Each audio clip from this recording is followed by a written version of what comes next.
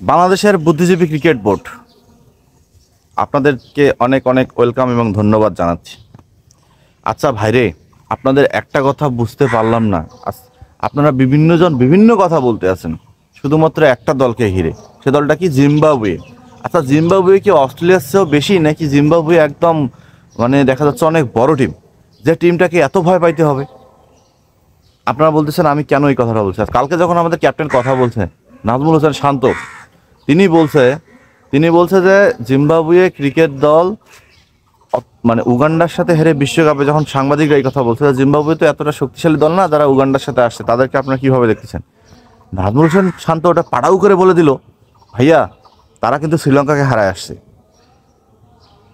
তার মানে কি বোঝা গেল?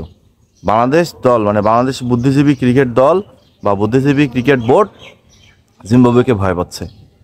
আরে ভাই, জিম্বাবুয়েকে কেন ভয় পাইতে হবে? আমি এটা বুঝি না। কারণ আমি তো এর আগের ভিডিওতে বলছিলাম আপনাদের যে জিম্বাবুয়ে মানে হচ্ছে বাংলাদেশ দলের কিছু ক্রিকেটারদের ফর্মে ফেরা। জিম্বাবুয়ে মনে হচ্ছে বাংলাদেশ দলের পয়া দল। কারণ আপনারা জিম্বাবুয়ের কাছ থেকে আমরা জিম্বাবুয়ের কাছ থেকে যেটা শিখছি, আমরা জিম্বাবুয়ে ক্রিকেট দলকে সবসময় স্বাগত জানাবো। সেখানে আমরা জিম্বাবুয়ে ক্রিকেট দলের সাথে ভয় পাচ্ছি, এটা কোনো কথা? আমরা জিম্বাবুয়ে ক্রিকেট টিমের সাথে ভয় পাচ্ছি। সেই সাথে আর একটা কথা বলতে চাই, চেন্নাই সুপার কিংস যে দলটা আছে, সেই দলটার প্রতিটা সদস্য একটু মন ভেঙে গেছে। জানি না ব্যাচলাররা পরের ম্যাচ কী করবে, পরের ম্যাচে কাকে খেলাবে। তবে মুস্তাফিজের রিপ্লেস হিসেবে যাকে খেলানোর কথা, সেই যে পেসারটা গ্রিন নাকি যেন নাম, তিনি কিন্তু মুস্তাফিজের মতো বল করতে পারেনি, বেধড়ক মার খাইছে।